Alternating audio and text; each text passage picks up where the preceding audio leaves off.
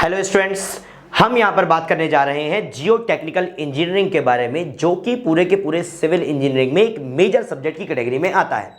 तो हम जान लेते हैं कि ये सब्जेक्ट में अपने पास में सिलेबस में यहाँ पर टॉपिक्स कौन कौन से हैं और टॉपिक में यहाँ पर इंपॉर्टेंट पार्ट कौन कौन सा है। दो चीजें हमको पता चल गई, हमको पढ़ने में आसानी होती है। एक स्टोरी लाइन क्रिएट अगर हो गई तो पढ़ने में वहां पर आसानी होगी, याद करने में वहां पर आसानी होगी। ठीक, तो सबसे पहले अगर मैं बोलूं कि जियो टेक्निकल इंजीनियरिंग की, आप जानते हो कि हाँ, जियोटेक मतलब सॉइल मैकेनिक्स बोल दो, सॉइल इंजीनियरिंग बोल दो, सबका नाम एक है। तुम वर्ड लेके आते हो सॉइल, तो मैं बात करता हूं कि इसके सिलेबस में क्या क्या है, हम उसको डिस्कस करने यहां पर जा रहे हैं। तो देखो, अगर मैं बोलता हूं कि ये यहां पर हमारे पास क्या है, कोई भी हमारे पास ग्राउंड लेवल है, जमीन है जिस पर हम चलते हैं, क्या बोल दिया इसको, ग्राउंड लेवल। अब इस ग्राउंड लेवल पर आपको यहां पर एक बिल्डिंग बनानी थी। क्या बनाना था, बिल्डिंग सपोज बनाना था। अब इस बिल्डिंग को अगर तुम्हें बनाना है तो सॉइल के ऊपर डायरेक्टली तो जाके रखोगे नहीं, कुछ ना कुछ फाउंडेशन दिया होगा। और अगर फाउंडेशन देने की बात करोगे तो ये मैंने बोल दिया यहां पर आपके पास में कि ये फाउंडेशन दिया होगा।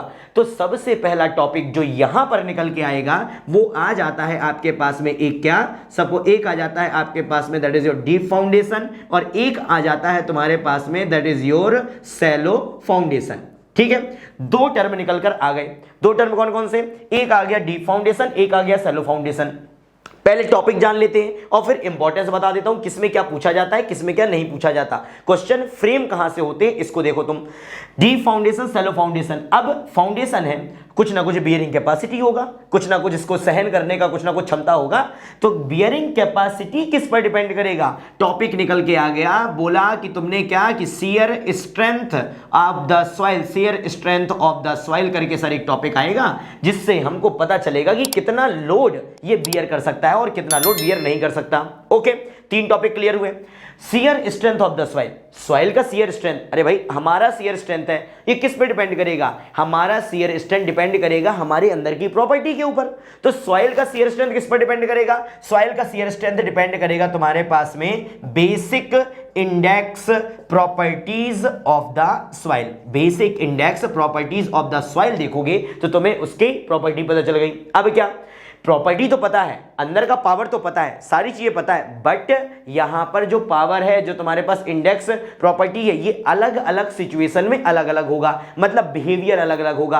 और अगर बिहेवियर की बात करोगे तो आपके पास में वाटर के फ्लो की वजह से आपके पास एक टर्म आता है परमेबिलिटी। तो परमेबिलिटी में बिहेवियर देखोगे, आपके पास में सीपेज का एक फिनोमिना देखोगे, और एक आपके पास में यहां पर इफेक्टिव स्ट्रेस का एक टॉपिक आपको यहां पर देखने को मिल जाएगा। क्या मिल जाएगा, इफेक्टिव स्ट्रेस का एक टॉपिक देखने को मिल गया।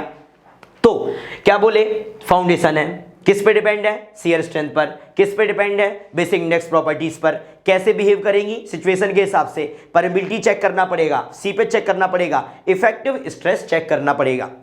क्वेश्चन, क्या इफेक्टिव स्ट्रेस बस आता है, नहीं, एक और स्ट्रेस आपके पास में आता है, आप बोल देते हैं that is your vertical stresses in the soil. Vertical stresses in the soil करके एक टॉपिक आपने और ऐड कर दिया। इज इट ओके, चलो और आगे कहानी चली, और आगे कहानी चली तो तुमने बोला कि फेलियर हो रहा होगा, तभी तो तुम ये सब पढ़ के आए हो।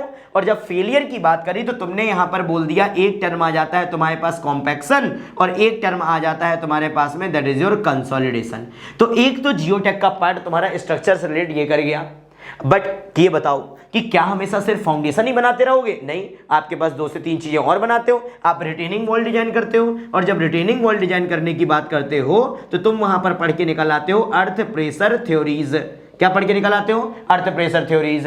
इसके अलावा तुम डिजाइन करते हो स्लोप की, तो तुम्हारे पास टॉपिक आ जाता है स्टेबिलिटी ऑफ स्लोप्स। तो एक टॉपिक आ गया तुम्हारे पास stability of the slope. Is it okay, ये चीजें तुमने यहां पर देख ली, तुमने यहां पर उसका बिहेवियर प्रॉपर्टी देख ली, सारा कुछ तो तुमने पता कर लिया, सारा कुछ तो तुमने पता कर लिया। एक चीज तो भी बच गई, क्या कि ये सॉइल आई कहां से। तो आपके पास में टॉपिक क्या आता है, सबसे पहला टॉपिक आ जाता है that is your origin of the soil. Origin of the soil पढ़ा, बेसिक इंडेक्स प्रॉपर्टी पढ़ा, परमेबिलिटी पढ़ा, सीपेज पढ़ा, इफेक्टिव स्ट्रेस पढ़ा, वर्टिकल स्ट्रेस पढ़ा, शियर स्ट्रेंथ पढ़ा, कॉम्पैक्शन पढ़ा, consolidation, deep foundation, shallow foundation, earth pressure theory, stability of the slope. कुछ इतने टॉपिक आप कवर करते हो। बात क्या आ गई, इंपॉर्टेंट टॉपिक। क्या बात आ गई? इंपॉर्टेंट टॉपिक कि सबसे ज्यादा इंपॉर्टेंट टॉपिक कौन से हैं। तो अगर तुम एमपीएससी के एग्जाम उठा लो, डब्ल्यूआईडी जेडपी के एग्जाम उठा लो, जितने भी जेई के एग्जाम है सब उठा लो, सबसे ज्यादा इंपॉर्टेंट पॉइंट आपके पास कौन सा आता है? Basic index properties of the soil, जिसमें इंक्लूड करता हूं मैं यहां पर कंसिस्टेंसी लिमिट्स को। कंसिस्टेंसी लिमिट और बेसिक इंडेक्स प्रॉपर्टी से बहुत क्वेश्चन पूछे गए हैं, तुमने देखा होगा। तुम्हारे पास में क्या आता है? तुम्हारे पास में एक नाम है, वहां पर आप बोलते हो एक्टिविटी का वैल्यू निकाल दो, लिक्विड लिमिट निकाल दो, प्लास्टिक लिमिट निकाल दो, श्रिंकेज लिमिट निकाल दो, लिक्विडिटी इंडेक्स से निकाल दो, डेंसिटी इंडेक्स से निकाल दो। ये सारे क्वेश्चन आपके पास कहां का पार्ट होते हैं? ये सारे क्वेश्चन आपके पास में बेसिक इंडेक्स प्रॉपर्टीज और कंसिस्टेंसी लिमिट्स का पार्ट होते हैं। ठीक, तो सबसे पहले अगर मैं बोलूं कि पूरे जियोटेक में क्या बिल्कुल कंपलसरी है जो आना चाहिए, तो वो बेसिक इंडेक्स प्रॉपर्टीज आपको आना चाहिए। आगे चलते हो तो फिर आपके पास में परमेबिलिटी और सीपेज मिलते जुलते टॉपिक है, इनसे क्वेश्चन पूछ लेता है। इफेक्टिव स्ट्रेस से तुम्हारे पास थ्योरेटिकल क्वेश्चन पटकेगा। जब तुम्हारे पास यहां पर क्वेश्चन तुमको देगा तो इफेक्टिव स्ट्रेस और वर्टिकल स्ट्रेस से तुमको वहां पर कैसे क्वेश्चन? थ्योरेटिकल क्वेश्चन आएंगे। फाउंडेशन से तुमको थ्योरेटिकल क्वेश्चन बैठते हैं।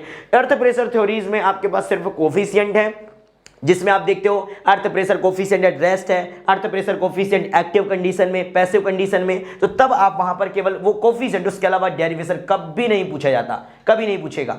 आगे चलो, stability of the slope. Stability of the slope में आपके पास कुछ फैक्टर ऑफ सेफ्टीज हैं, उनको आपको एनालिसिस करना है, वो इंपॉर्टेंट है। Shear strength of the soil में मोहर सर्कल से रिलेटेड कुछ प्रॉपर्टीज है, आपको उसको स्टडी करना है। कॉम्पैक्शन कंसोलिडेशन में बेसिक यहां पर उनमें डिफरेंस क्या होता है उसको देखिए। कॉम्पैक्शन का इंजीनियरिंग प्रॉपर्टीज के ऊपर क्या इफेक्ट पड़ता है उसको देखिए।